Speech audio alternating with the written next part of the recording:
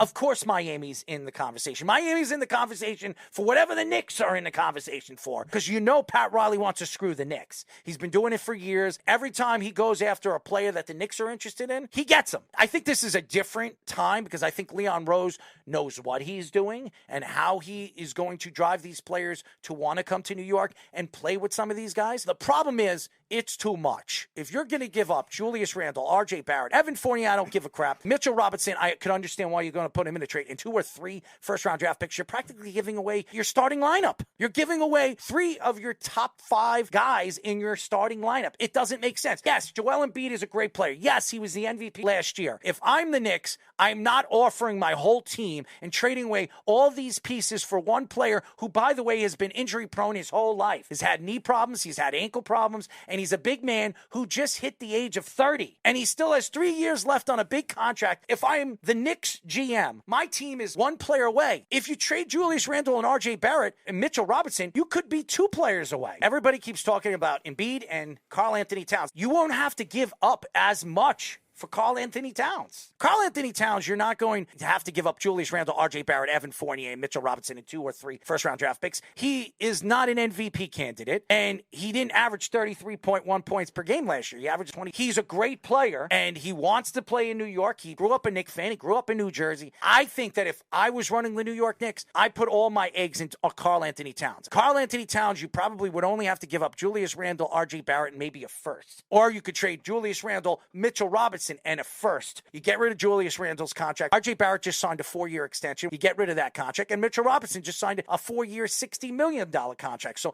all that equals Karl-Anthony Towns' extension, which is added on after next year. You wouldn't have to give up this much for him. So I understand that a lot of Knicks fans looking at Joel Embiid, he's the MVP of the league. We have seen New York teams bring MVP players in the past, including the New York Yankees. And I'm not taking shots at Giancarlo Stanton, but he was the MVP from the Marlins when he came to the New York Yankees. And even though he did okay, he didn't have that season that he had. He hasn't had a season like that since then. The fact that the Knicks are looking for that next superstar, I do believe no matter what happens, they're going to get Donovan Mitchell. All offseason, he's here in New York. He's from this area. Grew up a Knicks fan. His father is a diehard Knicks fan. He's good friends with Jalen Brunson. It makes a lot of sense. He might ask to be traded at the trade deadline this year if the Cavaliers don't have the season the second year over there after losing against the Knicks in the first round. If you bring in Karl-Anthony Towns and Donovan Mitchell with Jalen Brunson and you give up a significant amount of pieces, is that roster as good as the Boston Celtics, Milwaukee Bucks, or the Miami Heat? I think they're better than Miami. Are they better than Milwaukee with Damian Lillard? Probably with the depth that the Knicks have on the bench. Maybe. By very little. No way they're better than Boston. Is it a smart move by the New York Knicks? And the Knicks have to be very smart and strategic with this because over the years, they put all their eggs in somebody's basket, a.k.a. Carmelo Anthony, and Amari Stoudemire, bringing him here and giving him $100 million.